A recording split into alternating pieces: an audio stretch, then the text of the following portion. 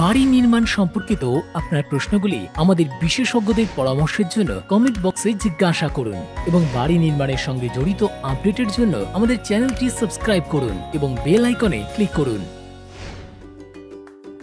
ঢালু জমির উপর নির্মাণ করা কঠিন কাজ হতে পারে। আমরা জেনে নেব ঢালু জমির উপর বাড়ির নির্মাণ করার সময় কোন বিষয়গুলি খেয়াল রাখতে হবে। সবার আগে জেনে নিন সেই জায়গার মাটি কেমন। মাটি পাথুরে হলে আপনাকে নির্মাণে বেশি অর্থ ব্যয় করতে হবে। প্রথমেই মাটির উপরের স্তরের পুরুত্ব মেপে নিন। এটি কমপক্ষে 6 ইঞ্চি হওয়া উচিত, অন্যথায় ভূক্ষয় হতে পারে। তারপরে আপনার ইঞ্জিনিয়ারের সাহায্যে ঢালু জমির মাপ নিন এবং ওর কাছ থেকে উপযুক্ত কৌশল জেনে নিন। উদাহরণস্বরূপ ভিত কেমন হওয়া উচিত, ধাপযুক্ত অথবা সাধারণ। ঢালু জমির উপর বাড়ি তৈরি করার সময় সাধারণত দুটি কৌশল ব্যবহার করা হয়। প্রথম কৌশল হল কাট অ্যান্ড ফিল পদ্ধতি। এই পদ্ধতিতে ভূমি সমতল করার জন্য অতিরিক্ত মাটি খনন করা হয় এবং তারপরে অসমান স্থান ভরাট করা হয়।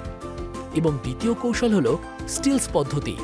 স্টিলস বা পিলারের সাহায্যে জমির ঢালু অংশে বাড়িকে সাপোর্ট প্রদান করা। মনে রাখবেন যে ঢালু জমির উপর বাড়ি নির্মাণের জন্য বিশেষ সরঞ্জাম এবং বিশেষজ্ঞের তত্ত্বাবধান প্রয়োজন। এই হলো কয়েকটি কথা ঢালু জমির উপর বাড়ি নির্মাণ সম্পর্কে।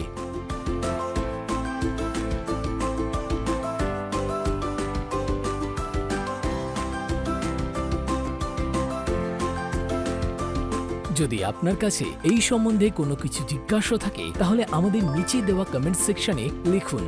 দেখুন বাড়ির বিষয়ে আল্ট্রাটেকের পক্ষ থেকে।